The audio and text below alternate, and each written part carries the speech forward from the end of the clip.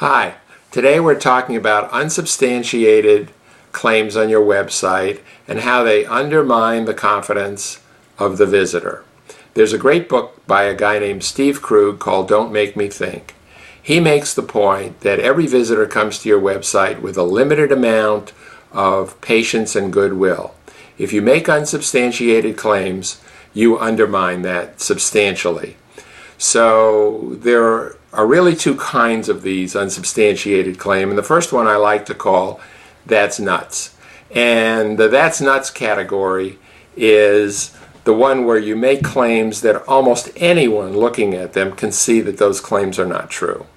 Recently I came across 3 websites.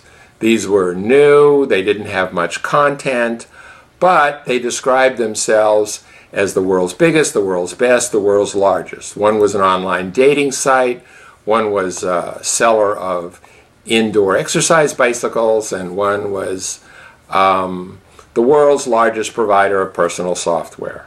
None of these claims were true. Everybody knows they're not true, and you just get off to the wrong foot, and you don't have to make that claim.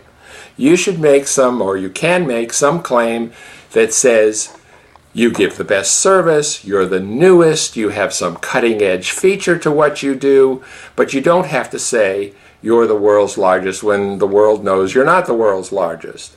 So don't indulge yourself in triumphs of hope over reality.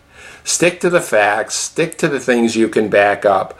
Let people have confidence in you, and don't be shooting yourself in the foot over unsubstantiated claims. Thanks for watching.